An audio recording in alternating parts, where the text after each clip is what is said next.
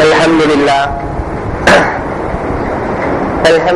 Rabbil Alamin wassalatu wassalamu ala rasulihil mursalin wa ala alihi wa ashabihi ajma'in. Qala Allah ta'ala fil Qur'anil azim wal furqanil majid, innamal mu'minuna ikhwatun faslihu baina akhawaykum. Wa qala an-nabiy sallallahu alaihi wasallam, al-muslimu 'ala al-muslimi haram damuhu wa maluhu wa 'irduhu kayawmikum hada wa baladikum hada wa shahrikum hada, aw kama qala alaihi salatu wassalam. Sadaqallahu maulana al-azim wa sadaqa rasuluhu an-nabiyyul karim wa nahnu ala dhalika min as-shahidin wash-shakirin walhamdulillahi rabbil alamin. புகழ் அனைத்தும் அல்லாஹ் ஜல்ல ஷானஹு தஆலாவிற்கே உரித்தாகுக. எம்பெருமானார் ஸல்லல்லாஹு அலைஹி வஸல்லம் அவர்களின் மீதும் அவர்களை பின்பற்றிய உத்தம சத்திய சஹாபாக்கள், தாபிஈன்கள், தபஅ தாபிஈன்கள், சுஹதாக்கள், சாலிஹீன்கள், நாதாக்கள், நல்லவர்கள், குறிப்பாக நம் அனைவரின் மீதும் அல்லாஹ்வின் சாந்தியும் சமாதானமும் என்றென்றும் நிலவுக. அன்புக்கும் இறைநேசத்திற்கும் உரித்தான் அல்லாஹ்வின் நல்லடியார்களே, இன்றைக்கு இஸ்லாமியர்களுக்கு சோதனை மேல் சோதனை, வீழ்ச்சிக்கு மேல் வீழ்ச்சி என்ற நிலையிலே நாம் இருக்கிறோம். ஒரு பக்கம் பூகம்பங்கள் எல்லாம் இஸ்லாமியர்களை, ஈரானிய மக்களை காவு கொண்டிருக்கிற செய்திகளை நாம் கேட்டோம். நம்முடைய சகோதரர்கள் பாதிக்கப்பட்டிருப்பதை நாம் பார்த்துக் கொண்டிருக்கிறோம், கேட்டுக் கொண்டிருக்கிறோம். நாம் என்ன செய்திருக்கிறோம்? ஒரு முஸ்லிம் பாதிக்கப்பட்டால் என்ன செய்ய வேண்டும்? அந்த பாதிப்புகள் எதனால் வருகிறது என்பதை நாம் முதலிலே ஆய்வு செய்ய வேண்டும். நிலநடுக்கம் எதனால் வருகிறது? பெருமானார் ஸல்லல்லாஹு அலைஹி வஸல்லம் சில காரணங்களை சொன்னார்கள். இது போன்றெல்லாம் நடக்கிற பொழுது கண்டிப்பாக ஜில்சால், நிலநடுக்கம் வரும் என்றார்கள்.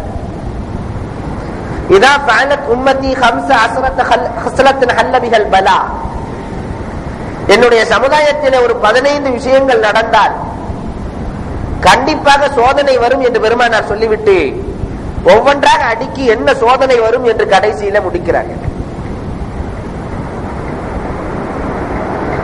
பெருமானார் ஸல்லல்லாஹு அலைஹி வஸல்லம் அவர்கள் ஆரம்பத்தில் சொன்னார்கள், பைத்துல் மால்கள் எல்லாம் துவ்வலாக ஆக்கப்படும், சொந்த பொருளாக பாவிக்கப்படும். ஒரு காலம் வரும், அது பைத்துல் மாலுக்கு சொந்தமானது, அதை தன்னுடைய பொருளாக நினைத்து அதை சாப்பிட்டுக் கொண்டிருப்பார்கள், உண்டு கொண்டிருப்பார்கள். மக்களுடைய பணம் தானே என்ற நிலை ஏற்படாது. இந்த நிலை வந்தால் கண்டிப்பாக ஜில்சால் வரும்.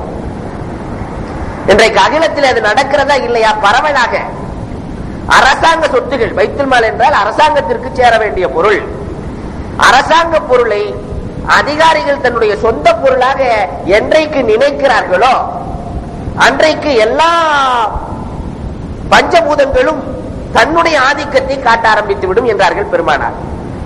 இன்றைக்கு அரசாங்க வேலையில் இருப்பவர்கள் சரியாக தன்னுடைய பணியை செய்கிறார்களா என்பதை எண்ணி பார்க்கிறோம். அரசாங்க ஓட்டுநர் ஒருவர் இருக்கிறார், அது எப்படி ஓட்டப்பட வேண்டும், எதற்காக செலவழிக்க வேண்டும், எப்படி இருக்க வேண்டும் என்பதை பயன்படுத்தி நடந்தவர்கள் உண்டா?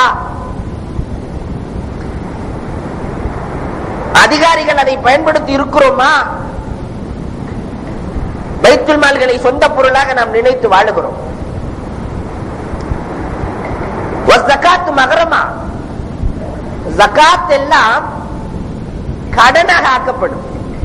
பெருமானார் சொல்லுவார்கள், ஜகாத்தே கொடுக்காமல் ஒரு பெரிய பணக்காரருக்கு 10 ஆண்டு ஜகாத் அவர் கடன் கொடுக்க வேண்டி இருக்கும். அல்லாஹ்விற்கு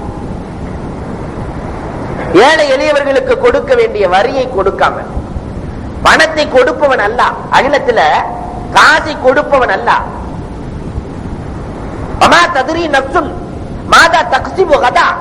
அல்லாஹ் அல் குர்ஆனிலே தெளிவாக சொல்லுவான், 5 விஷயங்கள் அகிலத்தில் யாருக்குமே தெரியாது. அதில் ஒன்று, நாளைக்கு என்ன சம்பாதிக்க போகிறோம் என்பதை யாராவது சொல்ல முடியுமா?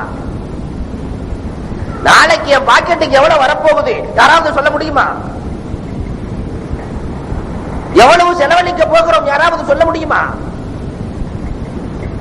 உலகத்தில் யாருமே சொல்ல முடியாது. கொடுப்பவன் நான் ஒரு 2.5% கேட்கிறேன், எனக்கு கொடுப்பதில்லையே, நல்லா வருத்தப்படுறான்.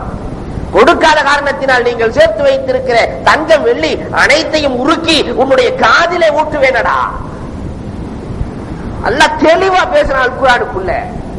இன்றைக்கு ஜக்காத் எப்படி இருக்கிறது?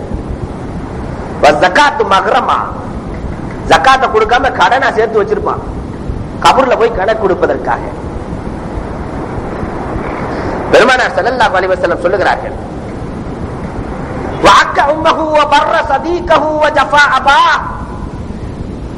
பெற்றோர்களை வேதனை செய்து தன்னுடைய நண்பர்களோடு கூத்தடித்துக் கொண்டிருப்பான். பெற்றோர்களுக்கு மரியாதை கிடைக்காது, நண்பர்களுக்கு கிடைக்கிற மரியாதை. பெருமானார் ஸல்லல்லாஹு அலைஹி வஸல்லம் சொன்னார்கள், இன்றைக்கு அது நடக்கிறதா இல்லையா? வீட்டிலே பெற்றவர்களை ஒரு மனிதன் மதிக்கிறானா, இளைஞ சமுதாயத்தை எடுத்துக்கொண்டால் பெற்றவர்களை எந்த அளவுக்கு நினைக்கிறான், நண்பனை எந்த அளவிற்கு நினைக்கிறான். பெற்றவர் ஒரு விஷயத்தை சொல்லுகிறார், நண்பர் ஒரு இடத்திற்கு போகலாம் என்று சொல்லுகிறார். பெற்றோருக்கு மதிப்பா அல்லது நண்பர்களுக்கு மதிப்பா? இன்றைக்கு அகிலத்தில் என்ன நடந்து கொண்டிருக்கிறது? பெருமானார் இதைத்தான் பட்டியல் போட்டு சொல்லுகிறார்கள். ஒரு மனிதன் அவனுக்கு நாம் நிர்வாகத்தை கொடுத்திருக்க மனைவிக்கு கட்டுப்பட்டு வாழுவான். மனைவி என்ன நினைக்கிறாளோ அதுதான் நடக்கும். இன்றைக்கு அது இருக்கிறதா இல்லையா? ஒவ்வொரு வீட்டினுடைய சூழலும் அவரவருக்கு தெரிந்ததுதான். பெருமானார் சொன்னார்கள், வர்துஃபியாத்தில் அஸ்வாத் மில் மசாஜித், பள்ளிகளிலே குழப்பங்கள் சத்தங்கள் உயர்த்தப்படும். இன்றைக்கு நடக்கிறதா இல்லையா? பள்ளிகளிலே பேச்சுகள் உயரக்கூடாது. ஒவ்வொரு தொழுகைக்கு பின்னாலும் பல பிரச்சனைகள், ஒவ்வொரு ஜுமாவுக்கு பின்னாலும் பல பிரச்சனைகள். பள்ளியில எழலாமா, பேச்சுக்கள் உயரலாமா, சப்தங்கள் இருக்கலாமா? பள்ளியில எழுகிற சத்தங்கள் திக்ருகளாகவும் திலாவத்தாகவும் அல்லவா இருக்க வேண்டும்? இதெல்லாம் நடக்கிற பொழுது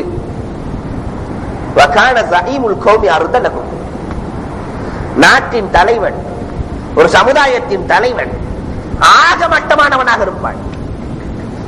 அறுதல் என்ற வார்த்தையை விட அரபியில மட்டமான வார்த்தை எதுவுமே கிடையாது. எல்லா கெட்ட பழக்கங்களையும் ஒன்று சேர்த்துக் கொண்ட ஒரு வார்த்தைக்கு பேர் தான் அறுதல். உலகத்துல என்னென்ன கெட்ட பழக்கம் இருக்கோ எல்லாத்தையும் டோட்டலா ஒன்று சேர்த்துக் கொண்ட வார்த்தை அறுதல். சமுதாயத்தின் தலைவன் அறுதலாக இருப்பான்.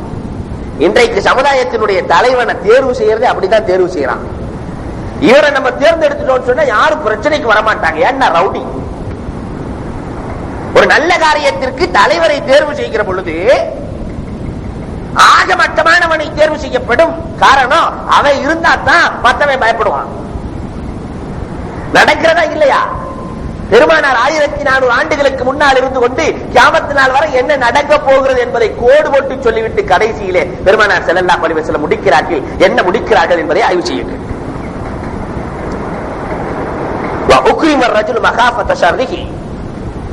ஒரு மனிதனுக்கு கண்ணியம் கிடைக்கும் எதனால் தெரியுமா?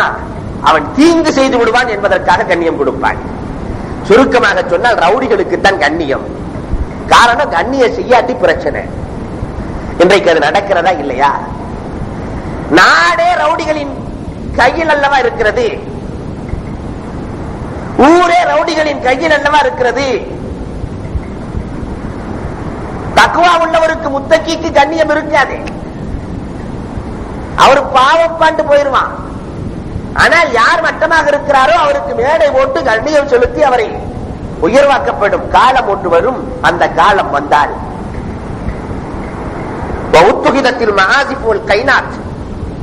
மியூசிக் சாதனங்கள் அகிலத்திலே அதிகமாகும். பெருமானார் சொன்னார்கள், மியூசிக் சாதனங்கள் அகிலத்திலே அதிகமாகும். இன்றைக்கு மியூசிக் இல்லாத வீடுகள் இருக்கிறதா? சாதனம் இல்லாத வீடுகள் இருக்கிறதா?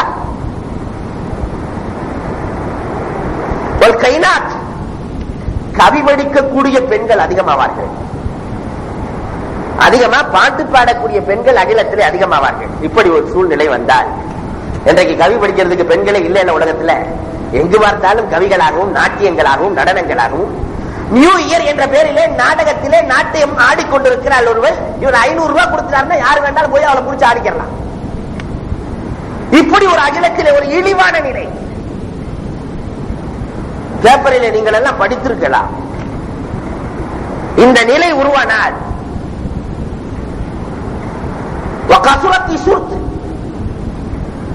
போலீஸ்காரர்கள் அதிகமான பெருமானார் அதை கூட சொல்றாங்க. காவலர்கள் அதிகமாகிற பொழுது குற்றங்கள் அதிகமாகிவிட்டது என்று பொருள். எப்ப போலீஸ்காரர்கள் அதிகமாவாங்க?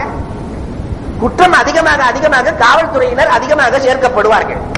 காவல்துறை அதிகமானது என்றாலே குற்றங்கள் அகிலத்திலே அதிகமாகிறது என்று பொருள். குற்றங்கள் அதிகமானால் மார்க்கம் அல்லாததை கற்றுக் கொடுக்கப்பட்டால், இன்றைக்கு மார்க்கம் கற்றுக் கொடுக்கப்படுகிறதா? மார்க்கம் அல்லாத செயல்கள் கற்றுக் கொடுக்கப்படுகிறதா? மார்க்கம் அல்லாததற்கு கொடுக்கிற முக்கியத்துவம் மார்க்கத்தினுடைய கல்விக்கு கொடுக்கப்படுகிறதா?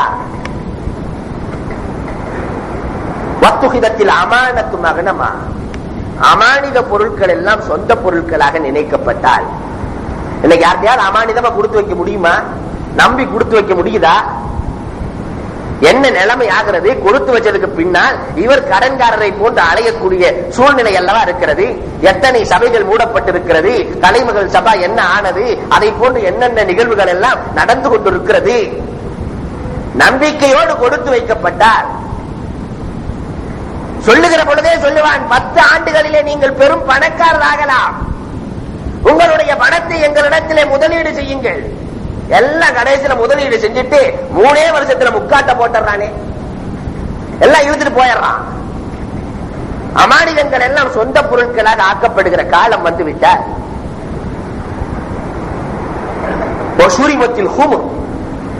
சாராயங்கள் அருந்தப்படுமையானால் பெருமானார் அரசாங்கமே இன்னைக்கு வீடு வீடுக்கு ரோடு ரோடுக்கு எங்கு பொதுமக்கள் வாழுகிறார்களோ எதை தடுக்க வேண்டுமோ அதை தடுக்காமல் பொதுமக்கள் வாழுகிற இடத்திலே 4 கடையோடு கடை சேர்ந்து நல்ல கடைகள் இருக்கிற பொழுது மளிகை கடை பக்கத்தில் இருக்கிறது, மெடிக்கல் பக்கத்தில் இருக்கிறது, நடுவிலே ஒரு சாராய கடை வைக்கப்பட்டால் இன்னைக்கு பட்டுக்கு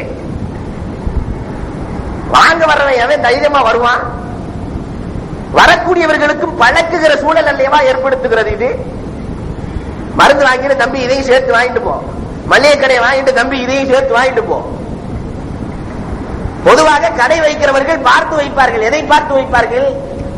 நல்ல ஜனப்புழக்கம் அதிகமா இருக்கணும், ஜனப்புழக்கம் அதிகமா இருக்க வேண்டும். அந்த இடத்துல நம்ம கடை வச்சாதான் கடை நல்லா இருக்கும், வாடிக்கையாளர்கள் வருவார்கள். அதையே சாராய கடைக்கு பின்பற்றிட்டான். ஊரை விட்டு ஒதுக்குப்புறமா இருக்க வேண்டிய சாராய கடைய கொண்டு வந்து வீட்டுக்குள்ளே ரோட்டுக்குள்ளே வச்சுட்டான். இந்த நிலைமை வந்துவிட்டால் பட்டு அணியப்பட்டால் ஹரீர் பட்டு அணியப்படுமையானால் கல்லத்தில் நிசா பெண்களிடத்தில் வெக்கம் குறைந்து விட்டால், பெருமானார் வரிசையா அடிக்கிட்டு போறாங்க, பெண்களிடத்துல வெக்கம் குறைஞ்சிட்டா. இன்னைக்கு வரக்கூடிய காலம், இந்த காலமே மோசமா இருக்கு. வரக்கூடிய காலத்துல எல்லாம் புர்கா ஆண்கள் தான் அணிய வேண்டும் என்ற சூழ்நிலை வந்துவிடும் போல் தெரிகிறது. ஏன்னா இப்ப வெக்கப்படுறது ஆம்பளை தான் வெக்கப்படுறான். பொம்பளைய போயிட்டு இருக்காங்கப்பா கொஞ்சம் ஒதுங்கி நில்லு. முதல்ல ஒரு காலம் இருந்தது, ஆம்பளைய வர்றாங்கம்மா ஒதுங்கி போட்டு சொல்லுவாங்க. இப்ப மாறிடுச்சு, பொம்பளைய வர்றாங்க கொஞ்சம் ஒதுங்கி நில்லுப்பா. நேற்றைய தினத்திலே கூட ரயில்வே ஸ்டேஷனில் நடந்த நிகழ்வுகள், ஆஜிகளை வழி அனுப்ப செல்லுகிற பொழுது பொம்பளைய வர்றாங்க ஒதுங்கி நில்லு. அப்ப நிலைமை மாறிவிட்டது. வெட்கம் இல்லை பெண்களிடத்தில், ஹயா இல்லை பெண்களிடத்தில். போகக்கூடாத இடத்திற்கு போகக்கூடாது அல்லவா? கடை வீதியில பெண்களுக்கு என்ன வேலை? வெட்கம் இல்லாத சூழ்நிலை அகிலத்திலே பரவுகிற பொழுது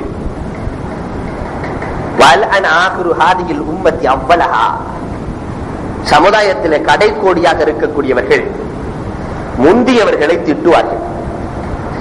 மகன் அவங்க அத்தாவை திட்டுவாரு, எங்க அத்தா என்ன செஞ்சு வச்சார், எங்க வாப்பா என்ன செய்து வைத்தார் என்று தன்னுடைய மூதாதையர்களை திட்ட ஆரம்பித்தார். இந்த நிலைமை எல்லாம் ஏற்பட்டால் பெருமானார் ஸல்லல்லாஹு அலைஹி வஸல்லம் அவர்கள் சொன்னார்கள்,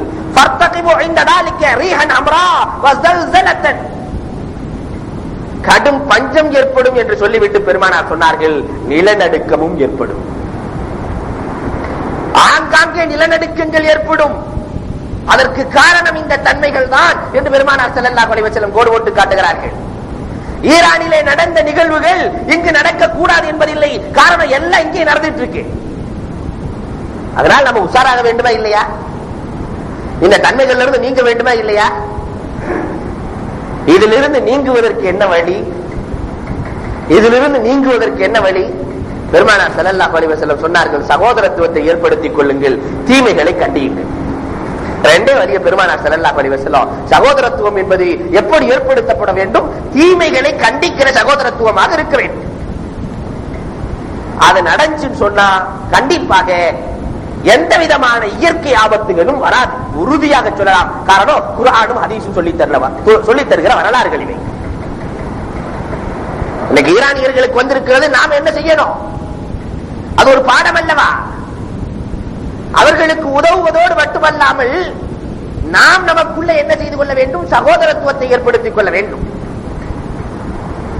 பெருமானார் ஸல்லல்லாஹு அலைஹி வஸல்லம் அவர்கள் இயற்கையை கட்டுப்படுத்துவதற்காக, இயற்கையின் அழிவை கட்டுப்படுத்துவதற்காக முதல்ல ரசூலுல்லாஹ் கையாண்ட வழி சகோதரத்துவம் தான். நண்பர்களாக பெருமானார் ஸல்லல்லாஹு அலைஹி வஸல்லம் சகோதரத்துவத்தை ஏற்படுத்துகிறார்கள். மக்காவிலிருந்து செல்லுகிறார்கள் முஹாஜிரீன்கள், மதீனாவில் இருப்பவர்கள் அன்சாரிகள். நம்முடைய மகல்லாவிலே ஒருவர் வெளியூரில் இருந்து வந்து தங்கி இருக்கிறார். பக்கத்து வீடு நம்முடைய வீடு. நாம் எப்படி நடக்கிறோம், எப்படி நடக்க வேண்டும் தெரிய வேண்டும் அல்லவா? அவர் வந்து பல மாசம் ஆனா கூட என்னன்னு கேட்க மாட்டோம். ஏதோ வெளியூர்ல இருந்து வந்திருக்கிறாங்களா, ஏதோ மதுரையில இருந்து வந்து குடியேறி இருக்கிறாரு அப்படின்னு சொல்லிக்கிறாங்க. அவர் கேட்டிருக்க மாட்டார், அப்படின்னு சொல்லிக்கிறாங்க. பக்கத்து வீட்டுக்காரர், அண்டை வீட்டுக்காரரோடு எப்படி நட்பு வைக்க வேண்டும் பெருமானார் ஸல்லல்லாஹு அலைஹி வஸல்லம். அதனாலதான் நீங்க சால்னா செஞ்சா கூட கொஞ்சம் தண்ணி அதிகமா சேர்த்து அந்த சால்னாவை கொடுங்க, நட்பு ஏற்படும். உறவுக்கு பாலம் அது. வெறும் சால்னா கொடுக்கிறது நோக்கம் அல்ல. அங்கே உங்க சால்னாவை அவங்க எதிர்பார்க்கவும் இல்லை. நட்புக்கு பாலமாக, சகோதரத்துவத்திற்கு பாலமாக அது அமையும் என்பதற்காக வேண்டித்தான் கண்மணி ஸல்லல்லாஹு அலைஹி வஸல்லம் சின்ன சின்ன உடன்பாடுகளை ஏற்படுத்துகிறார்கள். இன்னைக்கு அதெல்லாம் நாம விட்டுட்டோம். சகோதரத்துவம் என்பது பறந்து விட்டது இந்த காலத்துல. பெருமானார் ஸல்லல்லாஹு அலைஹி வஸல்லம் எப்படி சகோதரத்துவத்தை ஏற்படுத்தினாங்க? மக்காவிலிருந்து மதீனாவிற்கு சென்ற மாநபி ஸல்லல்லாஹு அலைஹி வஸல்லம் அவர்கள் மதீனா வாசிகளையும் அமர வைத்து, மக்கா வாசிகளையும் அமர வைத்து அபூபக்கர் ரலியல்லாஹு தஆலா அவர்களை அழைக்கிறார்கள். பெருமானார் ஸல்லல்லாஹு அலைஹி வஸல்லம் சகோதரத்துவத்தை ஏற்படுத்துகிறார்கள். அபூபக்கர், இன்றிலிருந்து நீயும் உமரும் சகோதரர்களாக இருக்க வேண்டும் என்றார்கள். பிறப்பால் வேறொரு பெற்றோருக்கு பிறந்தவராக இருந்தாலும் கூட நீங்கள் வாழுகிற வாழ்க்கையில் நண்பர்களாக, சகோதரர்களாக இருக்க வேண்டும் என்று பெருமானார் சகோதரத்துவத்தை ஏற்படுத்தினார்கள், அறிமுகப்படுத்தி ஏற்படுத்துகிறார்கள். அபூபக்கர் ரலியல்லாஹுவினுடைய சிறப்பு தன்மைகளையும் உமர் ரலியல்லாஹுவினுடைய சிறப்பு தன்மைகளையும் அறிமுகப்படுத்தி ஏற்படுத்துகிறார்கள். கடைசி கால வரைக்கும் அபூபக்கர் அலியும் உமர் அலியும் சண்டையிட்டதாக சரித்திரமே இல்லை. இவங்களுடைய நன்மையை அவங்க ஏவுவார்கள், தீமையை பார்த்தால் தடுப்பார்கள். அதான் சகோதரர்கள். உஸ்மான் ரலியல்லாஹு தஆலா அவர்களை அழைக்கிறார்கள் பெருமானார். அப்துர் ரஹ்மான் இப்னு அவுஃப் ரலியல்லாஹு தஆலாவை அழைக்கிறார்கள். இரண்டு பேர்களுக்கு சகோதரத்துவத்தை ஏற்படுத்துகிறார்கள். அப்துர் ரஹ்மான், நீ உலகத்திலே உன்னுடைய செல்வங்கள் அனைத்தையும் இஸ்லாத்திற்காக செலவழித்தாய், உனக்காக நான் துஆ செய்ய நினைக்கிறேன். அப்துர் ரஹ்மான், இங்கு துஆ செய்யட்டுமா அல்லது மறுமையில் செய்யட்டுமா என்று கேட்கிற பொழுது அப்துர் ரஹ்மான் இப்னு அவுஃப் ரலியல்லாஹு தஆலா, எனக்கு இங்கு வேண்டாம் நாயகமே, எனக்கு மறுமையிலே செய்யுங்கள் நாயகமே என்று சொல்லுகிற பொழுது பெருமானார் சொன்னார்கள், அப்துர் ரஹ்மான், உலகத்திலே நான் யார் யாருக்கெல்லாம் துஆ செய்ய வேண்டுமோ அது அனைத்தையுமே செய்து விட்டேன் அப்துர் ரஹ்மான். ஆனால் நீயோ மறுமையில் செய்ய சொல்லி இருக்கிறாய். இந்த அமானிதத்தை நான் சரியாக நிறைவேற்ற வேண்டும். இறைவா, இந்த அமானிதத்தை நிறைவேற்றுகிற வாய்ப்பையும் பாக்கியத்தையும் எனக்கு தந்தருள்வாயாக என்று கேட்கிறார்கள் பெருமானார். எப்படி சகோதரத்துவத்தை ஏற்படுத்துறாங்க? சாத் ரலியல்லாஹு தஆலா அவர்களுக்கும் தல்ஹா ரலியல்லாஹு தஆலாவுக்கும் சகோதரத்துவத்தை ஏற்படுத்திக் கொண்டே இருக்கிறார்கள். ஆனால் ஒரு பக்கம் அலி ரலியல்லாஹு தஆலா விம்பிக் கொண்டு அமர்ந்திருக்கிறார். அவங்களை அழைக்கவும் இல்லை, சகோதரத்துவத்தை ஏற்படுத்தவும் இல்லை. அலி ரலியல்லாஹு தஆலா தேம்பி தேம்பி அழுகிறார்கள். அலியால் தாங்கிக் கொள்ள முடியவில்லை. சபையிலே எழுந்தார்கள் அலி, கூச்சலிட்டார்கள் அலி, கசுரல் அஹ்ரி யா ரசூலல்லாஹ், ரசூலுல்லாஹ் என்னுடைய முதுகே உடைந்து விட்டது நாயகமே, உலகத்தில் இருக்கிற அத்தனை பேர்களுக்கும் சகோதரத்துவத்தை ஏற்படுத்துகிற நாயகமே, எனக்கு சகோதரத்துவத்தை ஏற்படுத்தவில்லையா என்று கேட்கிற பொழுது கண்மணி நாயகம் ஸல்லல்லாஹு அலைஹி வஸல்லம், அந்த அஹீ வ வாரிசி, எனக்கு நான் சகோதரரை இந்த அவையில் அறிவிச்சனா? இல்லையே.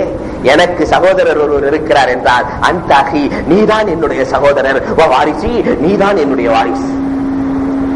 அலி ரலியல்லாஹு தஆலாவை பார்த்து சொல்லுகிறார்கள். அதுக்குள்ள முஃபஸ்ஸிரீன்களும் முஹக்கிக்கீன்களும் ஏராளமான விளக்கத்தை சொல்லுவார்கள். அலி ரசூல் ஸல்லல்லாஹு அலைஹி வஸல்லம் சகோதரராக எடுத்தது, அலி ரலியல்லாஹு வாரிசாக ஆக்கியது. அலியையே ரசூலுல்லாஹ் வாரிசாக ஆக்குனாங்க. உஸ்மான் ரலியல்லாஹு அலியுடைய ரசூலுல்லாஹ்வுடைய மருமகன் தானே. உஸ்மானும் ரசூலுடைய மருமகன் தான், உமரும் ரசூலுடைய மருமகன் தான். உஸ்மான் ரலியல்லாஹு ரசூலுடைய மருமகன் உமர் அல்ல. உமர் ரலியல்லாஹு தஆலாவினுடைய மகனை ரசூல் ஸல்லல்லாஹு அலைஹி வஸல்லம் மணம் முடிச்சாங்க. உமருடைய மகனை ரசூலுல்லாஹ் மணம் முடிச்சிருக்காங்க. உஸ்மான் ரலியல்லாஹு தஆலா ரசூலுல்லாஹ்வுடைய மருமகன், அலியும் மருமகன். உஸ்மானை விட்டு அலியை ஏன் ரசூலுல்லாஹ் என்னுடைய வாரிசு என்று சொல்ல வேண்டும் என்றால், அகிலத்திலேயே அலி ரலியல்லாஹு தஆலாவுக்கு நிக்காஹ் நடந்தது மாதிரி கியாமத் வரைக்கும் முன்னாடியும் நடந்ததில்லை, பின்னாடியும் நடக்க போறதில்லை. காரணம் என்ன தெரியுங்களா? மணமகன் அலி காபாவிலே பிறந்தவர், மாப்பிள்ள காபத்துல்லாவில இருந்து வந்தவர், பொண்ணு ரசூலுல்லாஹ்வுடைய வீட்டில இருந்து போனது. அகிலத்துல எத்தனை நபிமார்கள் தோன்றினாங்களோ இதை நீங்க எண்ணி பாருங்க. மாப்பிள்ள காபாவில பிறந்து வளர்ந்த மாப்பிள்ள, பொண்ணு ரசூலுல்லாஹ்வுடைய வீட்டில இருந்து போனது. ரசூலுல்லாஹ்வுடைய முகத்துல கண் விழித்தவர் மாப்பிள்ளை. அதனால ரசூல் ஸல்லல்லாஹு அலைஹி வஸல்லத்தினுடைய மகள் ஃபாத்திமாவுக்கும் அலிக்கும் நடந்த திருமணத்தை போன்று அகிலத்திலே இதுவரை நடக்கவும் இல்லை, நடக்க போவதும் இல்லை. அதனாலதான் ரசூல் ஸல்லல்லாஹு அலைஹி வஸல்லம் சொன்னாங்க, அந்த வாரிசி, நீதான் என்னுடைய வாரிசு. ரசூல் ஸல்லல்லாஹு அலைஹி வஸல்லம் சகோதரத்துவத்தை ஏற்படுத்தி வைக்கிறார்கள். அதே ரசூல் ஸல்லல்லாஹு அலைஹி வஸல்லம் அவர்கள் சகோதரர்களுக்கு மத்தியில் ஏதாவது பிரச்சனை இருந்தா கூட அதை அழகா தீர்த்து வைப்பாங்க.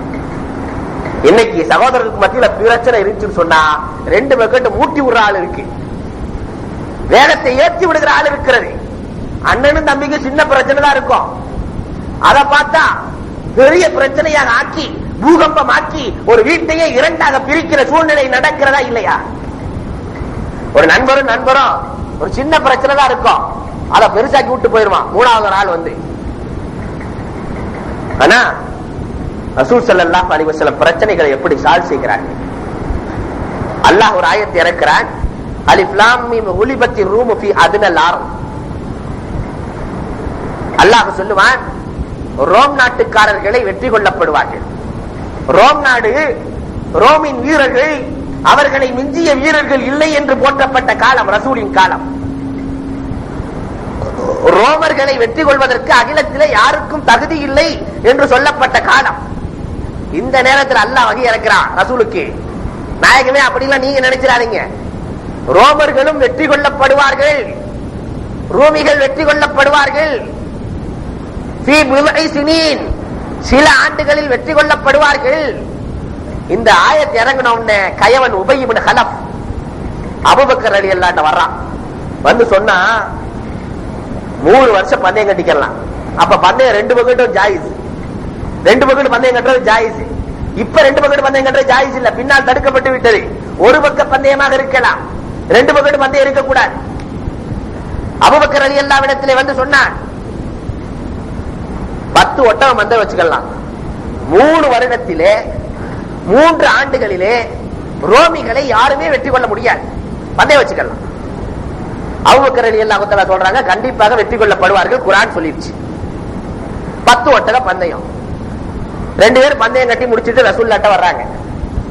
அபூபக்கர் ரலியல்லாஹு வந்து சொன்னாங்க, நாயகமே நான் இந்த மாதிரி பந்தயம் கட்டி இருக்கிறேன் நாயகமே, 3 வருஷத்துல கண்டிப்பாக ரோமிகள் தோற்கடிக்கப்பட வேண்டும், 10 ஒட்டக பந்தயம் கட்டிட்டு வந்திருக்கிறேன் நாயகமே என்று சொல்லுகிற பொழுது பெருமானார் ஸல்லல்லாஹு அலைஹி வஸல்லம் அபூபக்கர் ரலியல்லாஹு சிக்கலிலே மாட்டிக்கொண்டதை உணர்கிறார்கள். 3 வருடத்திலே கண்டிப்பாக ரோமர்களை வெற்றி கொள்ள முடியாது. ஆனால் அல்லாஹ் சொல்லி இருக்கிறான்,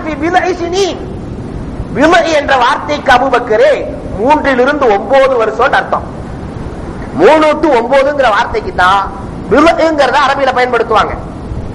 அதனால அபூபக்கரே 3ங்கிறத 9 ஆக்கிய.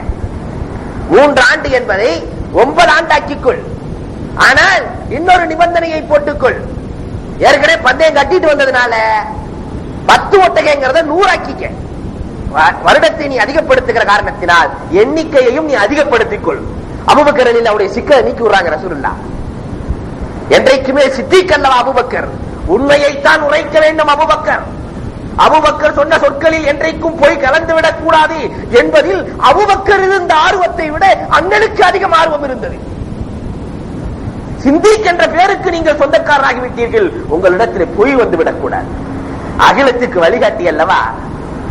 அதனால் ரசூலுல்லாஹ் மாற்ற சொல்லுகிறார்கள், போய் மாற்றுகிறார்கள் அபூபக்கர் ரலியல்லாஹு. பந்தயத்தை 9 ஆண்டாக்கி 100 ஒட்டகைகளாக வைத்துக் கொள்ளலாம். 7 ஆண்டு தான் நிறைவு பெறுகிறது. ரோமர்களை ஈரானியர்கள் இன்றைக்கு ஈரானியர்கள் பாதிக்கப்பட்டிருக்கிறார்களே, இதே ஈரானியர்களின் கரத்தால் ரோமர்கள் தோற்கடிக்கப்படுகிறார்கள். ரோமர்களை வெற்றி வீழ்த்தியவர்கள், இஸ்லாத்திற்கு வெற்றி வாகை சூடியவர்கள் ஈரானியர்கள் தோற்கடிக்கிறாங்க 7.5 வருஷத்துல. ஆனா பந்தயம் கட்டின ஆளு உயிரோட இல்ல, உஹது போர்க்களத்தில் கொல்லப்பட்டு விட்டார். உபய் இப்னு கலப் அவருடைய மகன் 100 ஒட்டையை கொண்டு வந்து அபூபக்கர் ரலியல்லாஹு கொடுத்துறாரு. பந்தயத்துல உண்மையிலே எங்க அத்தாட்ட நீங்க ஜெயிச்சிட்டீங்க, அதனால 100 ஒட்டகைகளை பிடித்துக் கொள்ளுங்க. அபூபக்கர் ரலியல்லாஹு தஆலா ரசூல் ஸல்லல்லாஹு அலைஹி வஸல்லம் இடத்திலே அந்த 100 ஒட்டகைகளை கொண்டு வந்து ஒப்படைக்கிறார்கள். ரசூல் ஸல்லல்லாஹு அலைஹி வஸல்லம் சொன்னாங்க, அந்த நேரத்திலயும் முதல்ல இந்த மாதிரி 2 பக்க பந்தயம் ஜாயிஸா இருந்துச்சு, இப்ப ஜாயிஸ் இல்லை. 100 ஒட்டகத்தை நாம் வாங்குவது நமக்கு ஹலால் அல்ல, ஒப்படைத்து விடு. ஆனா அரபுகள் பிடிவாதம் முடிச்சவங்க. உபய் இப்னு கலப்ட கொண்டு போய் அவங்க மகன்கிட்ட கொண்டு போய் கொடுத்தா, பந்தயத்தில் வெற்றி விட்டா வாங்கிக்கொள் அல்லது ஏதோ செஞ்சுக்க, நான் அதை பிடிக்க மாட்டேன். என்னுடைய கண்ணியத்திற்கு, என்னுடைய பரம்பரைக்கு இது இழுக்கு, எனக்கு வேண்டாம். அபூபக்கர் ரலியல்லாஹு எனக்கு வேண்டாம். ரசூல் ஸல்லல்லாஹு அலைஹி வஸல்லம் ஏழைகளுக்கு சதக்காவுடைய நியத் இல்லாமல் கொடுத்தார்கள் என்பது வரலாறு. ரசூலுல்லாஹ் ஒரு சகோதரரின் பிரச்சனையை எப்படி நீக்கி வைக்கிறாங்க. ஆனா இன்னைக்கு இருக்கிற சகோதரத்துவத்தை எப்படி நம்ம ஏற்படுத்தி இருக்கிறோம். அதை போன்று ரசூலுல்லாஹ் சொன்னார்கள், ஒரு சகோதரருக்கு ஏதாவது பாதிப்பு ஏற்பட்டு விட்டால் எப்படி இருக்க வேண்டும் தெரியுமா? உடம்பில ஒரு முள் குத்தி விட்டால், காலில் தானே முள்ளு குத்திச்சுன்னு கை சும்மா இருக்கிறது இல்ல, கண்ணு சும்மா இருக்கிறது இல்ல, உடம்பு சும்மா இருக்கிறது இல்ல, கை வேகமாக அதை எடுக்கிறது, அந்த கண் கண்ணீரை சிந்துகிறது, உடல் முழுவதும், உடலில் இருக்கிற அத்தனை உறுப்புகளும் வேதனையில் பங்கு கொள்கிறது. இதை போன்றுதான் ஒரு முஸ்லிம் பாதிக்கப்பட்டான் என்று சொன்னால் நம்முடைய உடல் முழுவதும், நாம் முழுவதும் பாதிக்கப்பட வேண்டும். காஷ்மீரிலே ஒருவனுக்கு பிரச்சனை என்றால் கன்னியாகுமரியில் இருப்பவன் கண்ணீர் சிந்த வேண்டும், அவன் தான் முஸ்லிம். ஈரான்ல ஒருத்தர், ஒரு சகோதரர், நம்முடைய சகோதரர் பாதிக்கப்படுகிறார் என்று சொன்னால் அந்த பாதிப்பு நமக்குள்ள பாதிப்பு. நம்முடைய சகோதரர்கள், நம்முடைய சகோதரிகளை பூமி காவு கொண்டிருக்கிறது, அங்கு தாய்மார்கள் அழுகிறார்கள் என்று சொன்னால் நம்முடைய சகோதரர் பாதிக்கப்பட்டிருக்கிறார் என்ற பொருள். ஆனா இன்னைக்கு நமக்கு யாருக்காவது அழுக வருதா? கண்ணீரை வெளிப்படுத்தி இருக்கிறோமா? நம்முடைய சகோதரர்கள் பாதிக்கப்பட்டிருக்கிறார்களே, அதற்கு நம்மால் முடிந்த உதவிகளை செய்ய வேண்டும் அல்லவா? பணத்தால் முடியாவிட்டாலும் கூட கரத்தால் முடியும் அல்லவா? இரு கரம் ஏந்தி இறைவனிடத்திலே இறைஞ்ச முடியும் அல்லவா? இறைவா, அவர்களுக்கு பாதிப்பை கொடுத்து விடாதே. இஸ்லாமியர்களை கண்ணியமானவர்களாக, இஸ்லாமியர்களை உயர்ந்தவர்களாக, மக்களுக்கு வழிகாட்டியாக ஆக்க வேண்டும் என்று நாம் கேட்க வேண்டும் அல்லவா? எனவே நாம் ஒவ்வொருவரும் ஒவ்வொரு தொழுகையிலேயும் கண்டிப்பாக இஸ்லாமியர்களுக்கு இஸ்ஸத் வேண்டும். அந்த பாதிக்கப்பட்ட குடும்பங்கள் எல்லாம், ஒரு தாய் எத்தனை குழந்தைகளை இழந்து தவிக்கிறார், ஒரே ஒரு சகோதரர்கள் இல்லை, பெற்றோர் இல்லை, தவித்துக் கொண்டிருக்கிறாளே அந்த சகோதரி, நம்முடைய சகோதரி. அந்த சகோதரிக்காக நாம் என்ன செய்திருக்கிறோம்? அதனால இனிமேல் ஒவ்வொரு தொழுகையிலையும் கரம் ஏந்தி அவர்களுக்காக கேட்க வேண்டும். இந்த கரம் இணைந்து விட்டால், சகோதரத்துவம் பிணைந்து விட்டால் கண்டிப்பாக உலகத்திலே நிம்மதிதான் இருக்கும் என்பதிலே சந்தேகமில்லை. பெருமானார் சகோதரத்துவத்தின் மூலமாகத்தான் அகிலத்திற்கு நிம்மதியை கொடுத்தார்கள். நாமும் சகோதரர்களாக இருந்து, வீட்டிலும் சகோதரர்களாக இருந்து, முஸ்லிமுக்கு முஸ்லிம் சகோதரராக இருந்து, நாட்டினருக்கு நாடு சகோதரர்களாக இருந்து வாழ்ந்து சிறக்க வல்லோன் அல்லாஹ் வாய்ப்புகள் நல்வானாக. வாஹு தாவா அல்ஹம்துலில்லாஹி ரப்பில் ஆலமீன்.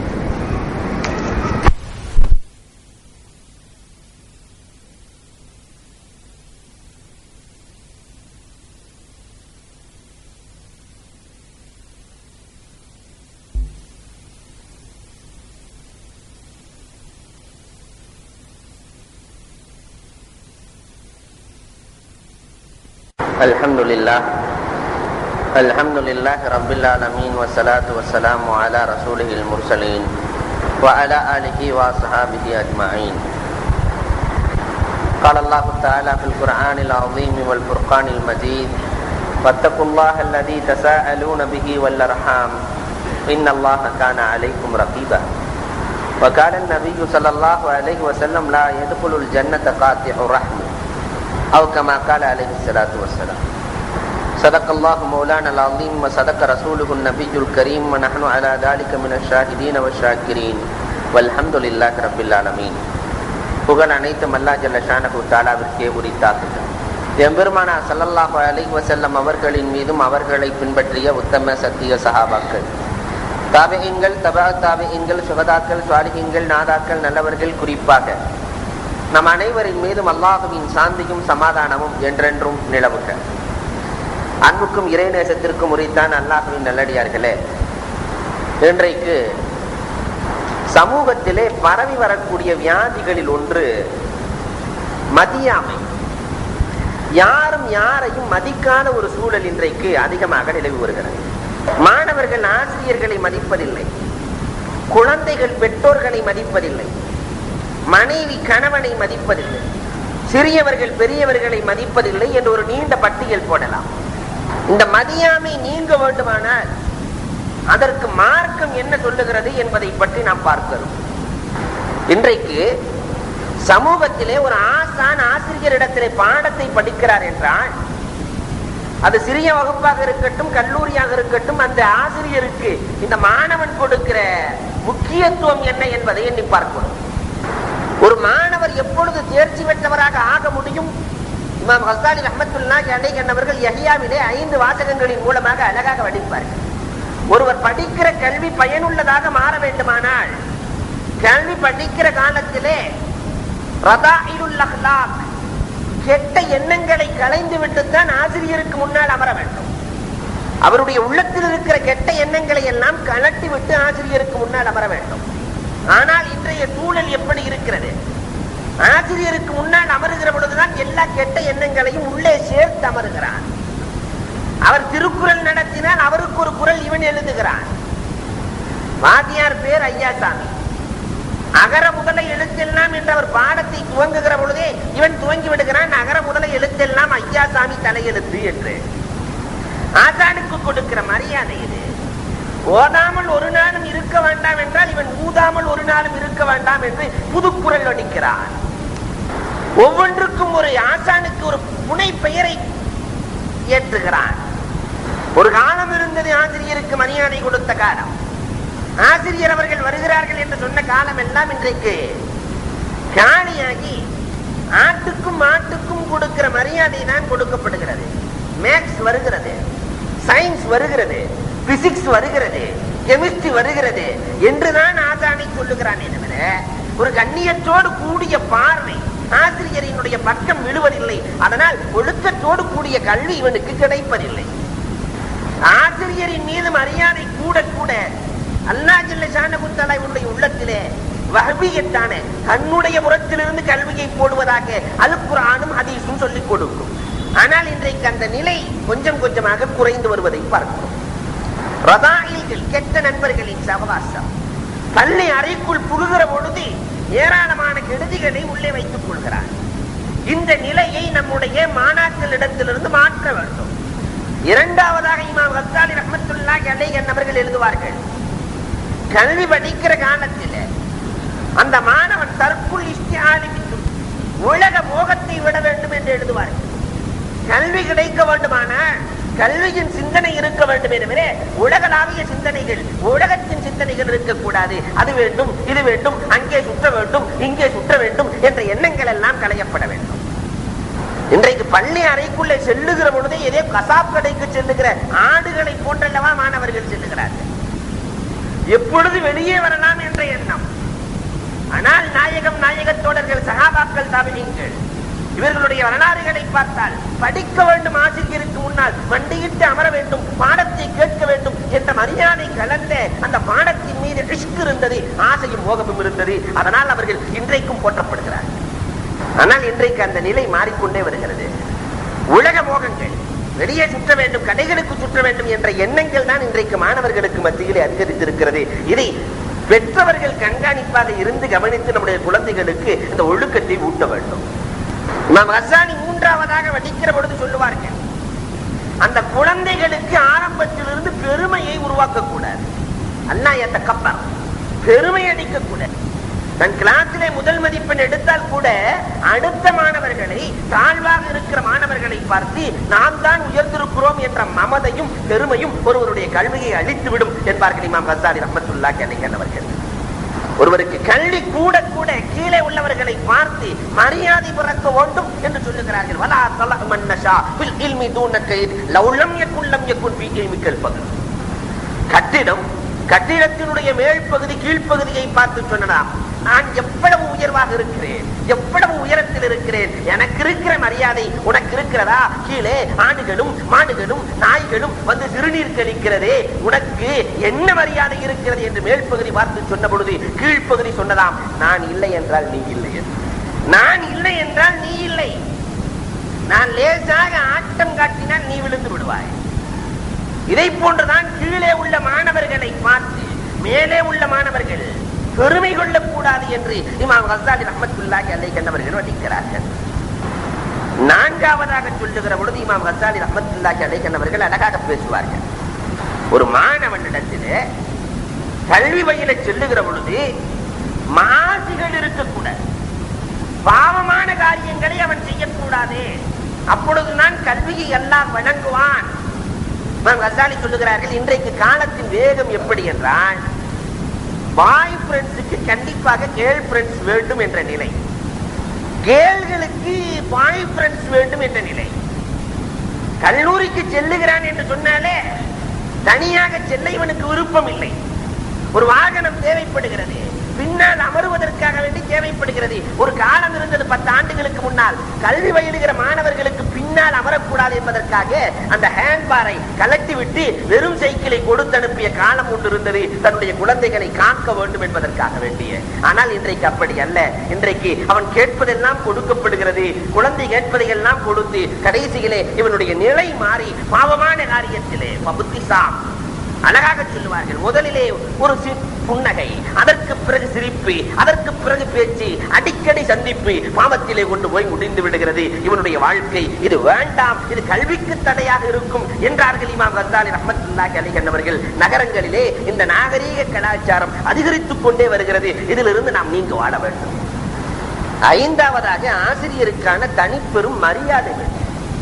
மரியாதை இல்லாமல் ஆசிரியரிடத்திலே பயில முடியாது. நாயகத்திடத்திலே 1,00,000க்கும் மேற்பட்டவர்கள் பயின்றார்கள். அவர்களின் மரியாதை அவர்களை புனிதர்களாக மாற்றியது. மனிதர்களாக மட்டுமல்ல, புனிதர்களாக மாற்றியது. ஒரு ஆசான், ஒரு பாட புத்தகம், ஆனால் 1,00,000க்கும் மேற்பட்டவர்கள் புனிதரானார்கள். அதற்கு காரணம் இவர்கள் செலுத்திய மரியாதை. வரலாறுகளை பார்க்கிறோம். அரசர் ஹாரூன் ரஷீத் தன்னுடைய மகனை பார்க்கிறார். ஆசிரியர் ஒளி செய்கிற பொழுது 2 கையிலே சக்கை எடுத்து தண்ணீரை ஊட்டி கொண்டிருக்கிறார் மகன். ஆசிரியர் காலை கழுவுவதற்கு, கையை கழுவுவதற்கு தண்ணீரை ஊட்டுகிறார். வேகமாக அரசர் வந்தார். முஹம்மது ரஹ்மத்துல்லாஹி அலைஹிக்கு ஊட்டப்படுகிறது. இவர் வருவதை பார்த்து விட்டு முஹம்மது ரஹ்மத்துல்லாஹி அலைஹி கொஞ்சம் பயந்து போயே நிற்கிறார்கள். நம்ம மகன்கிட்ட எப்படி வேலை வாங்கலான்னு அரசர் கேட்டுருவாரோ என்ற எண்ணத்திலே நின்று கொண்டிருக்கிறார்கள். வந்து அரசர் சொன்னார், என்ன காரியம் செய்தாய் மஹ்மூன், என்ன காரியம் செய்திருக்கிறாய்? ஒரு கையிலே உன்னுடைய ஆசானின் காலை துடை, இன்னொரு கையிலே தண்ணீரை ஊற்றி கழுவி விடு, உனக்கு கல்வி கிடைக்கும் என்றார்கள். ஆசிரியருக்கு மரியாதை செய், பணி செய், உனக்கு கல்வி கிடைக்கும் என்றார்கள். இன்றைக்கு இந்த நிலை இருக்குமா? பிறகு எங்கே ஒழுக்கத்தோடு கூடிய கல்வி வரும்? அஹ்மத் ரஹ்மத்துல்லாஹி அலைஹி தன்னுடைய ஆசான் இமாம் ஷாஃபி ரஹ்மத்துல்லாஹி அலைஹியை பற்றி சொல்லுகிற பொழுது சொல்லுவார்கள், என் ஆசான் குதிரையிலே செல்லுகிற பொழுது அதன் வாளை பிடித்துக் கொண்டு சென்றாலே எங்களுக்கு கல்வி கிடைத்து விடும் என்று சொல்லுவார்கள். இந்த 5 ஒழுக்கங்களும் மாணவர்களிடத்திலே வந்துவிட்டால் மரியாதை தானாக வந்துவிடும். அது இல்லாத வரைக்கும் மரியாதை இருக்கு. இன்னொரு பக்கம் குழந்தைகள் பெற்றோர்களுக்கு மரியாதை செய்கிறார்களா என்றால் அதுவும் இந்த காலத்தில் வளர்ந்து வருகிற இந்த வேகமான சூழலில் ஐரோப்பிய கலாச்சாரங்களை எல்லாம் பார்த்தால் 18 வயதுக்கு பிறகு கலாச்சாரமே பெற்றோர் தனியாகி விட வேண்டும், குழந்தைகள் தனியாகி விட வேண்டும். குழந்தைகளை பார்ப்பதற்கு பெற்றோர்கள் அப்பாயின்மெண்ட், பெற்றோர்களை பார்ப்பதற்கு குழந்தைகள் அப்பாயின்மெண்ட். இது என்ன கலாச்சாரம்? உறவுகள் எங்கே சென்று கொண்டிருக்கிறது? சமீபத்தில் ஒரு இஸ்லாமிய பெண்மணி செய்தித்தாள்களிலே படிக்க நேர்ந்த நிகழ்வு. கேன்சர் பேஷண்ட், புற்றுநோயால் பாதிக்கப்பட்ட கோடீஸ்வரி, 2 குழந்தைகள், ஒரு ஆண் ஒரு பெண். தொண்டை புற்றுநோயால் பாதிக்கப்பட்டு வீட்டுக்கு வருகிறாள். மகன் சொன்ன வார்த்தை, இனி என் வீட்டிலே இருக்க வேண்டாம், உன்னால் மற்றவர்களுக்கு நோய் பரவுவதற்கான வாய்ப்பு இருக்கிறது என்று பெற்றெடுத்து சுமந்து பெற்று தாயை வீட்டை விட்டு துரத்துகிறாள். மகளிடத்திலே சென்றால் மகள் பார்ப்பதற்கு சம்மதிக்கிறாள். ஆனாலும் மருமகன், நீ உன் தாயை வீட்டிலே சேர்ந்தால் நீ விவாகரத்து செய்யப்படுவாய், தலாக்கு விடப்படுவாய் என்று மருமகனாலும் பாதிக்கப்படுகிறார். கோடீஸ்வரியாக இருப்பவள் வீட்டை விட்டு புறப்பட்டு வருகிறார். தொண்டி மாநகரத்தை சார்ந்தவள். கடைசியிலே மகள் இறக்கப்பட்டு ஒரு கிறிஸ்துவ ஹாஸ்பிட்டலிலே கொண்டு போய் சேர்க்கப்பட்டு 1 வார காலம் அவர்கள் தன்னுடைய மதத்தை போதித்து, சக்கராத்தினுடைய வேதனை வருகிறது, இந்த நேரத்திலேயும் தன்னுடைய மதத்தை கிறிஸ்டியானிட்டியை போதிக்கப்பட்டு அந்த மதத்திற்காக அதை தழுவ வேண்டும் என்று சொல்லுகிற பொழுது அந்த வீர பெண்மணி இன்றைய காலத்திலேயும் இஸ்லாமிய உணர்வோடு வாழ வேண்டும் என்று எண்ணி இருக்கிற அந்த பெண்மணி தன்னுடைய தோட்டை விற்று தெரியாமல் புறப்பட்டு தொண்டி மாநகரத்திலே சேருகிறாள். அங்கே சக்கராத்தின் வேதனை. அந்த நேரத்திலே அஷ்ஹது அல்லா இலாஹ இல்லல்லாஹ் வ அன்ன முஹம்மதன் ரசூலுல்லாஹ் என்று சொல்லி உயிரை விடுகிறார். பல வீடுகளுக்கு இந்த குரல் கேட்கிறது. இந்த தாய்க்கு ஒதுங்குவதற்கு இன்றைக்கு மகன்கள் இடம் கொடுக்கவில்லை, மகள்கள் இடம் கொடுக்கவில்லை. சமூகத்தின் நிலை எங்கே சென்று கொண்டிருக்கிறது? பெற்றோர்களை மதியாத குழந்தைகள் இன்றைக்கு அதிகமாகி வருகிறார்கள். அதற்கு காரணம் மார்க்கத்தினுடைய கல்விய, மார்க்கத்தினுடைய இல்ம, எல்லா கல்வியும் கொடுக்கலாம், ஒழுக்கத்தை நாம் கொடுக்காமல் விட்டு விட்டோம் என்பதை நாம் மறந்துவிடக் கூடாது. அல்கமா வரலாறுகளை கொஞ்சம் நீங்கள் புரட்டிப்பார். அண்ணனுக்கு நெருக்கமான தோழர் அல்கமா மனைவியின் பேச்சை கேட்டு தன்னுடைய தாயை விரட்டியதால் இறக்கிற பொழுது களிமா வரவில்லை. களிமா வராமல் இருந்தால் காபிராக இறக்கிற சூழல் வந்து விடும் அல்லவா? இறக்கிற பொழுது களிமா வரவில்லை அல்கமாவிற்கு. அண்ணனை பார்த்து, அண்ணனோடு தொழுது, அண்ணனோடு பேசி, அண்ணனுக்காக தன்னுடைய இன்னுரையை நீப்பதற்கு தயாராக இருந்தே அல்கமாவுக்கு களிமா வரவில்லை என்றால் நாம் எம்மாத்திரம் எண்ணி பார்க்க வேண்டும். பெற்றோர்கள் என்பது நமக்கு கிடைத்த பொக்கிஷங்கள். இருக்கிற காலத்திலே நாம் அவர்கள் நம்மை வளர்த்தது, நம்மை உருவாக்க வேண்டும் என்ற எண்ணத்திலே வளர்த்து உயர்வாக்குகிறார்கள். ஆனால் நாம் அவர்களுக்கு கொடுக்கிற பொழுது எப்பத்தான் போவாரோங்கிற எண்ணத்தில் கொடுக்கக்கூடிய சூழல்கள் இன்றைக்கு அதிகமாக வருகிறது. இந்த மரியாதையின்மை குறைய வேண்டுமானால் மார்க்கத்தை பற்றிய சிந்தனை உருவாக வேண்டும். பெற்றோர்களை எப்படி மதித்து வாழ்ந்தார்கள் சஹாபாக்கள், தாபிஈன்கள் எப்படி வாழ்ந்தார்கள், தபஅ தாபிஈன்கள் எப்படி வாழ்ந்தார்கள் என்ற எண்ணத்தை நாம் பார்க்க வேண்டும். முஹம்மது இப்னு ஹனபியா வரலாறுகளை பார்ப்போம். முஹம்மது இப்னு ஹனபியா அலி ரலியல்லாஹு தஆலாவினுடைய மகன் முஹம்மது. முஹம்மது இப்னு ஹனபியா, ஹனபியாவின் மகன் என்று இவர்களை அழைக்கப்படும். அதற்கு காரணம் அலி ரலியல்லாஹு தஆலா ஃபாத்திமா ரலியல்லாஹு தஆலா வஃபாத்தானதற்கு பிறகு வேறு பெண்களை மணமுடிக்கிறார்கள். மொத்தம் அலி ரலியல்லாஹுவுக்கு ஆண் பெண் எல்லாம் சேர்த்து 40 குழந்தைகள் இருந்தது. ரசூலுல்லாஹ் வஃபாத்தாவதற்கு முன்னால் கேட்பார்கள், நாயகமே நீங்கள் வஃபாத்தானதற்கு பிறகு எனக்கு ஒரு குழந்தை பிறந்தால் அதற்கு முகம்மது என்று நான் பேர் வைக்கட்டுமா என்று பெருமானார் ஸல்லல்லாஹு அலைஹி வஸல்லம் இடத்துல கேட்கிற பொழுது நபிகள் பெருமானார் ஸல்லல்லாஹு அலைஹி வஸல்லம் வையுங்கள் என்று அனுமதி கொடுக்கிறார்கள். பெருமானார் வஃபாத்தானதற்கு பிறகு அலிக்கு பிறந்த முதல் குழந்தை இந்த முகம்மது. இந்த முகம்மது அலி ரலியல்லாஹு தஆலாவை குறித்து பேசுவார்கள். என் தாய், என் தந்தைக்காக நான் பணி செய்தேன். என்னுடைய மனதிலே சில நேரங்களிலே ஷைத்தான் போடுவான், இவர்களுக்கு ஏன் பணி செய்கிறாய் என்று போடுவான். இந்த நேரத்திலே பெருமானாரினுடைய ஹதீஸ் தான் முன்னால் வரும். சொர்க்கம் வேண்டுமா, பெற்றோர்களின் பாதத்தில் இருக்கிறது, பணி செய்ய வேண்டும் என்று நான் பணி செய்தேன். அல்லாஹ் எனக்கு உயர்வான ஸ்தானத்தையும் கல்வியையும் வழங்கினான் என்று சொல்லுகிறார்கள். முஹம்மது இப்னு ஹனபியா மிக உயர்ந்த ஆமேதையாக திகழ்ந்ததற்கு தான் காரணம் சொல்லுகிற பொழுது என் பெற்றோருக்கு நான் பணி செய்வேன் என்று சொல்லுவார்கள். இன்றைக்கு அந்த வாய்ப்பு எத்தனை பேர்களுக்கு கிடைத்து இழந்திருக்கிறோம். ஒரு வீட்டுல அண்ணன் தம்பி 4 பேர் இருப்பாங்க. யாராவது எவன் இளிச்சமாயின் இருக்கிறானோ வயதான காலத்திலே அவரிடத்திலே தள்ளிவிட்டு இவர்கள் நினைத்துக் கொள்ளுகிறார்கள், அவரிடத்திலே தள்ளிவிட்டோம் நாம் சந்தோஷமாக இருக்கலாம் என்று. கண்டிப்பாக கிடையாது. உண்மை சந்தோஷம் அவருக்குத்தானே தவிர இவருக்கு கிடையாது.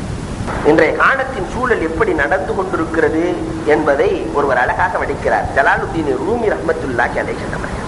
கணவன் மனைவி இல்லறத்திலே வாழுகிறார்கள். வாழுகிற பொழுது மாமியாருக்கு தந்தையை பெற்றவருக்கு கொடுக்கப்படுகிற மரியாதை சில இடங்களிலே இவர்கள் மிகைத்து மருமகளை வதைக்கிற பழக்கமும் உண்டு. பெரும்பாலான இடங்களிலே இன்றைக்கு கால சூழல் மருமகள் மிகைத்து மாமியாரை மிதிக்கக்கூடிய சூழல்.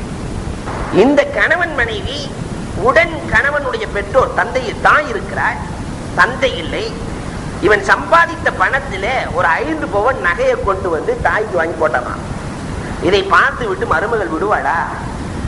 சொல்லி சொல்லி பார்க்கிறாள், கேட்கவில்லை. கடைசியிலே ஒரு நாள் இவர் ஆபீஸுக்கு சென்ற பொழுது உலக்கையை எடுத்து மாமியாரின் தலையில போட்டு அவள் பேச முடியாமல் துடிக்கிறாள். இவன் வருகிறான். உள்ளே வருகிற பொழுது நாக்கை காட்டுகிறாள், பேச முடியவில்லை. நகையை காட்டுகிறாள், மருமகளை காட்டுகிறாள். நகைக்காகத்தான் மருமகள் இந்த உலக்கையால் அடித்தார் என்று சொல்லுகிற பொழுது அங்கே அப்படியே பிளேட்டை மாத்தினா மருமகள். உலக்க மாதிரி நிக்காதரா, நான் சாக போறேன், இந்த நகையை எடுத்து மருமக கழுத்துல போடுன்னு சொல்லுது உங்க அம்மா, ஏன் போடாமல் இருக்கிறாய்? இந்த நிலை இன்றைக்கு சமூகத்திலே அதிகரித்து வருகிறது. தாயை தந்தையை மதிக்காதவன் ஒரு காலமும் சொர்க்கத்திலே நுழைய முடியாது. கபரின் வேதனையை விட்டு அவன் நீக்கிவிட முடியாது. இது இருக்கிற வரைக்கும் உள்ள உறவல்ல, இறந்ததற்கு பிறகும் அவர்களுக்கு உறவு உண்டு. பெற்றோர்களுக்கு உறவு இறந்ததற்கு பிறகும் உண்டு. இப்னு உமர் ரலியல்லாஹு தஆலா அவர்கள் பெருமானார் ஸல்லல்லாஹு அலைஹி வஸல்லம் சொன்ன செய்தியை சொல்வார்கள். ஒரு தந்தை இறந்து விட்டால் அல்லது தாய் இறந்து விட்டால் அவர்களுக்குரிய உறவு 4 உறவுகள் உண்டு. இறந்ததற்கு பிறகும் அவர்களுக்காக துஆ செய்ய வேண்டும். சதாவும் எப்பொழுதெல்லாம் துஆ செய்கிறானோ அப்பொழுதெல்லாம் பெற்றோர்களுக்கும் துஆ செய்ய வேண்டும். இரண்டாவது, அவர்களுக்காக கண்டிப்பாக இஸ்திக்ஃபார் செய்ய வேண்டும். அஸ்தக்ஃபிருல்லாஹ் அல்லதி லா இலாஹ இல்லா ஹுவல் ஹய்யுல் கய்யூம் வ அதூபு இலைஹ். யா அல்லாஹ், நான் தெரிந்தும் தெரியாமலும் என்னுடைய பெற்றோர்களுக்கு ஏதாவது தீங்களித்திருந்தால் இறைவா மன்னித்து விடு என்று கேட்டுக்கொண்டே இருக்கவன். மார்க்கம் சொல்லி தருகிற முறை இறந்ததற்கு பிறகு இஸ்திக்ஃபார் செய்யணும். இன்ஃபாது அஹ்திஹிமா, அவர்கள் இறப்பதற்கு முன்னால் சில செய்திகளை சொல்லி இருப்பார்கள். அந்த செய்திகளை நிறைவேற்ற வேண்டும். அக்கா தங்கச்சியோடு இப்படி நடந்துக்கோ, அண்ணன் தம்பியோடு இப்படி இருந்துக்கோ என்றெல்லாம் சொல்லி இருப்பார்கள். இவர்கள் என்ன சொல்லி நாம் என்ன கேட்பது? வயதான காலத்திலே ஏதோ உணர்கிறார்கள் என்று எண்ணிவிடக் கூடாது, அதை நிறைவேற்ற வேண்டும் என்று சொல்லிவிட்டு கடைசியாக கண்மணி நாயகம் ஸல்லல்லாஹு அலைஹி வஸல்லம் சொன்னார்கள், உத்து அபி, பெற்றோர்கள் யாரையெல்லாம் பிரியப்பட்டார்களோ அவர்களை நாமும் பிரியப்பட வேண்டும். அவர்கள் ஹயாத்தான காலத்தில் அவர்களுக்கு யாரெல்லாம் தோழர்கள் நண்பர்கள் இருந்தார்களோ அவர்களோடு நாம் நெருங்கி பழக வேண்டும், பிரியப்பட வேண்டும் என்று பெருமானார் ஸல்லல்லாஹு அலைஹி வஸல்லம் சொன்னார்கள். இப்னு உமர் ரலியல்லாஹு தஆலாவினுடைய வாழ்க்கையிலே நடக்கிறது. ஒரு வயதானவர் செல்கிறார், அவருக்கு 2 திர்ஹம் கொடுத்தா போதும். ஆனா இப்னு உமர் ரலியல்லாஹு தஆலா ஏராளமான காசுகளை கொண்டு போய் கொடுக்குறாங்க. 1000 திர்ஹம் கொடுக்குறாங்க, 100 ஆடுகளை கொடுக்குறாங்க, எல்லாம் அள்ளி அள்ளி கொடுக்கிறார்கள். பக்கத்தில் இருப்பவர் கேட்கிறார்கள், உங்களுக்கு என்ன ஆச்சு? அவரும் அந்திம காலத்தில் இருக்கிறார், இவருக்கு அள்ளி அள்ளி கொடுத்து கொண்டிருக்கிறீர்களே, என்ன ஆனதே? அப்பொழுதுதான் இப்னு உமர் ரலியல்லாஹு தஆலா சொன்னார்கள், பெருமானார் சொல்லி இருக்கிறார்கள், தந்தையின் நண்பரோடு நட்பு கொள்ளுங்கள் என்று சொல்லி இருக்கிறார்கள். இவர் உமர் ரலியல்லாஹு என்னுடைய தந்தைக்கு இவருக்கு ரொம்ப நெருக்கம் இருந்தது, அதனால் தான் இவரிடத்திலே நான் இப்படி நடந்து கொள்கிறேன். என் தந்தை எது வந்தாலும் இவருக்கு கொடுக்காமல் அவர் இருக்க மாட்டார், அதனால் நானும் கொடுக்கிறேன் என்றார்கள் இப்னு உமர் ரலியல்லாஹு தஆலா. இந்த நிலை இன்றைக்கு எத்தனை பேர்களிடத்தில் இருக்கிறது? தந்தைக்கு கொடுக்கிற மரியாதை இருக்கிற பொழுது இல்லாமல் இருக்கிற பொழுது எத்தனை பேர்களுக்கு இருக்கிறது? ஹதீஜா ரலியல்லாஹு வஃபாத்தானதுக்கு பின்னாடி ஒரு பெண்மணி வருகிறாங்க. ஆயிஷா ரலியல்லாஹு வீட்டில் இருக்கிறார்கள். பெருமானார் ஸல்லல்லாஹு அலைஹி வஸல்லம் துண்டை விரிக்கிறார்கள், அமர வைக்கிறார்கள், ஏராளமான உபகாரங்களை செய்கிறார்கள், ஏராளமான உதவிகளை செய்கிறார்கள். ஆயிஷா ரலியல்லாஹுக்கு ஆச்சரியம், என்ன நாயகமே நீங்களே எழுந்து எழுந்து விழுந்து விழுந்து கவனிக்கிறீர்களே, என்ன காரணம் என்று கேட்கிற பொழுது, இது என்னுடைய மனைவி ஹதீஜாவினுடைய தோழி, அதனால் நான் இப்படி செய்கிறேன் என்றார்கள் பெருமானார் ஸல்லல்லாஹு அலைஹி வஸல்லம். இன்றைக்கு அந்த நிலை உண்டா நம் இடத்துல? பெற்றோருக்கு கொடுக்கிற மரியாதை நாம் எவ்வளவு வைத்திருக்கிறோம்? ஒரு நண்பனுக்கு கொடுக்கிற மரியாதை பெற்றோர்களுக்கு உண்டா? நண்பன் ஒரு வேலையை சொல்லுகிறான், இந்த நேரத்தில் பெற்றோர் இன்னொரு வேலையை சொல்லுகிறார்கள். நண்பன் வா போலாங்கிறான், பெற்றோர் சொல்லுகிறார்கள் இந்த கடையில போய் ஒரு ஜாமான வாங்கிட்டு வந்து கொடுத்துட்டு போப்பாங்கிறாங்க. இப்ப இவன் நண்பனுக்கு மரியாதை கொடுக்கிறானா பெற்றோருக்கு மரியாதை கொடுக்கிறானா? நீங்க யாரையாவது வச்சு வாங்கிக்கங்க, நான் இப்பொழுது அவசரமாக செல்ல வேண்டும் என்று நண்பனுக்குத்தான் மரியாதையை தவிர இங்கே பெற்றோர்களுக்கு மரியாதை கிடையாது. இந்த நிலை நீடித்தால் சொர்க்கம் செல்லுவதும் தடுக்கப்பட்டது. அல்லாஹ்வின் கோபம் சாபம் அனைத்திற்கும் சொந்தக்காரனாக இந்த நிலை மாற வேண்டும். இதை போன்றே சமூகத்தில் இன்றைக்கு கணவனை மதிக்காத மனைவியர்களும் அதிகமாகி வருகிறார்கள். ஒரு காலம் இருந்தது, கல்லானாலும் கணவன் புல்லானாலும் புருஷன் என்பதெல்லாம் போய் கல்லானாலும் கணவன் புல்லானாலும் புருஷன் என்ற காலம் எல்லாம் இருந்தது. இன்றைக்கு அதெல்லாம் இல்லை, மாறி போய் கணவன் தான் தன்னை மதிக்க வேண்டும் என்று நினைக்கிறாள். கணவனுக்கு உண்டான மரியாதை எல்லாம் கடந்தேறி போய்விட்டது. அபூதஹ்தாவினுடைய வரலாறுகளை பாருங்கள். என்ற ஆயத் இறங்குகிறது. அபூதஹ்தா ரலியல்லாஹு தஆலா பெருமானார் இடத்திலே சென்று சொன்னார்கள், எனக்கு 2 தோட்டம் இருக்கு நாயகமே, எதை நான் நீங்க எடுத்துக்கொள்கிறீர்கள்? 2யுமே எடுத்துக்கொள்கிறீர்களா? வேண்டாம், ஒண்ணு போதும். ஒரு தோட்டத்தை பெருமானார் ஸல்லல்லாஹு அலைஹி வஸல்லம் எடுக்கிறார்கள். அந்த தோட்டத்திலே மனைவி இருக்கிறார்கள். இவர்கள் போய் சொன்னார்கள், நான் தோட்டத்தை ரசூலுக்கு கொடுத்து விட்டு புறப்படு என்றார்கள். வாய் பேசவில்லை, புறப்பட்டார்கள். இன்னைக்கு இதே சூழலை கற்பனை செஞ்சு பார்த்து, ஒருத்தருக்கு 2 வீடு இருக்கிறது. ஒரு வீட்டை நான் அல்லாஹ்வுடைய பள்ளிக்காக கொடுத்து விட்டேன், அல்லாஹ்வுக்காக என்று மனைவி இருக்கிற வீட்டுல சொல்லி நீ புறப்படு, அடுத்த வீட்டுக்கு போகலாம் என்று சொன்னால் அந்த மனைவி என்ன சொல்லுவாள் என்பதை கற்பனை செய்து பார்க்கலாம். அவள் பேசுகிற பேச்சு எப்படி இருக்கும் என்பதை கற்பனை செய்து பார்க்கலாம். இன்றைக்கு சமூக சூழல் எப்படி? ஹாஜரா இஸ்லாமிய வரலாறுகளை புரட்டுங்கள். ஒன்றுமே இப்ராஹிம் அலைஹிஸ்ஸலாம் பேசவில்லை. புறப்பட்டார்கள். காட்டிலே இங்கே இரு, புறப்படுகிறார்கள். இது அல்லாஹ்வின் உத்தரவா? ஒரே வார்த்தை தான். அல்லாஹ் சொன்னதா? நீ உங்களுடைய அபிப்பிராயமா? அல்லாஹ்வின் ஆணையா உங்கள் அபிப்பிராயமா? அல்லாஹ்வின் ஆணை, அல்லாஹ் காப்பாற்றிக் கொள்வான், நீங்கள் புறப்படுங்கள் என்று சொன்ன தைரிய அந்த பரம்பரையை சார்ந்த இஸ்லாமியர்கள் இன்றைக்கு எப்படி இருக்கிறோம் என்று பார்க்கிறோம். மனைவிமார்கள் எப்படி இருக்கிறார்கள்? நிறைய வீடுகள்ல இன்றைக்கு தலாக் அதிகமாகி வருகிறது. காரணம், கணவனை மதிக்காத சூழல். சின்ன சின்ன வார்த்தைகள் முற்று போய் பிறந்த இடம் செல்லுகிறேன் என்று சென்று அங்கே கொழுந்தனார், நாத்தனார், மாமியார், மாமனார் என்ற சிக்கலுக்குள்ளே மாட்டி 2 பேர்த்தையும் ஒன்னா வச்சா 1 நிமிஷத்துல பேசிடுவான். ஆனா அதே நேரத்தில் இவர்கள் மூட்டி கொடுக்கிற காரணத்தினால் இன்றைக்கு சின்ன சின்ன பிரச்சனைகள் எல்லாம் விவாகரத்தாகி முடிக்கிற சூழல்கள் உருவாக்கி வருகிறது. இந்த பெண்களிடத்திலே ஒழுக்கமும் குறைந்து வருகிறது. ஒரு மனைவி எப்படி நடக்க வேண்டும்? நபிகள் பெருமானார் ஸல்லல்லாஹு அலைஹி வஸல்லம் ஸஃப்வான் இப்னு முஅத்தல் ரலியல்லாஹு தஆலாவினுடைய மனைவி வருகிறார்கள். ஸஃப்வான் இப்னு முஅத்தலினுடைய மனைவி 3 குற்றச்சாட்டுகளை நாயகத்திடத்திலே வைக்கிறார்கள். நாயகமே, என் கணவர் சரியில்லை நாயகம். பெருமானார் கேட்கிறார், என்னம்மா காரணம் சொல்லுகிறார்? நாயகமே, அவர் தொழ விடுவதில்லை. முதல் குற்றச்சாட்டு. பெரும் குற்றச்சாட்டு. தொழுகைதான் இஸ்லாத்தினுடைய தூண். என் கணவர் என்னை தொழ விடுவதில்லை நாயகமே. அப்படியா? இரண்டாவது குற்றச்சாட்டு, என்னை நோன்பு வைக்க விடுவதில்லை நாயகமே. அப்படியா? நாயகமே, சுபுகு தொழுகை தாமிதமாகவே தொழுது கொண்டிருக்கிறார் நாயகமே. பெருமானார் ஸல்லல்லாஹு அலைஹி வஸல்லம் கணவனை அழைத்தார்கள். உன்னுடைய மனைவி 3 குற்றச்சாட்டுகளை சுமத்துகிறார், இதற்கு என்ன காரணம் சொல்ல போகிறீர்கள் என்று பெருமானார் கேட்கிறார்கள். ஸஃப்வான் இப்னு முஅத்தல் அடக்கத்தோடு சொல்லுவார்கள். அமைதிக்கு, பேரமைதிக்கு சொந்தக்கார ஸஃப்வான் இப்னு முஅத்தல் சொன்னார்கள், நாயகமே, நான் புதுமண தம்பதி நாயகமே, வாலிபன். எப்பொழுது பார்த்தாலும் இவள் தொழுது கொண்டே இருக்கிறாள்.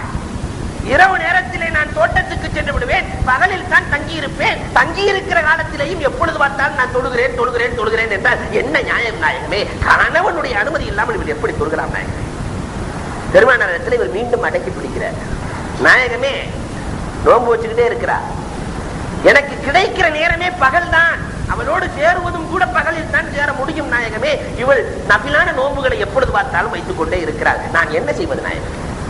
நாயகமே, நான் விவசாயம் செய்துவிட்டு 4 மணிக்கு வருகிறேன். வந்து அயர்ந்து எழுகிற பொழுது கொஞ்சம் தாமிதமாகி விடுகிறது நாயகமே. தஹஜ்ஜத் தொழுதுதான் படுக்கிறேன். சுபுகுக்கு எழு வேண்டும், கொஞ்சம் தாமிதமாகி விடுகிறது நாயகமே. கடைசி நேரத்தில் நான் தொழுகிறேன் நாயகமே. இது என்ன தவறு இருக்கிறது என்கிற பொழுது நபிகள் கோமான் பெருமானார் ஸல்லல்லாஹு அலைஹி வஸல்லம் அவர்கள் இந்த மனைவியை கண்டிக்கிறார்கள். கணவனின் குறைகளை வெளியே கொண்டு வருகிற மனைவி சந்தோஷத்தின் வாயிலை கூட அடைய முடியாது என்றார். இன்றைக்கு கணவனை பத்தி குறை சொல்லாத மனைவி யார் இருக்கா? கணவன் வருகிற பொழுது சந்தோஷத்தோடு இன்முகத்தோடு ஏற்கிற மனைவிகள் இன்றைக்கு குறைந்து வருகிற காலம். கபீர்தாசை பத்தி சொல்லுவாங்க நிறைய.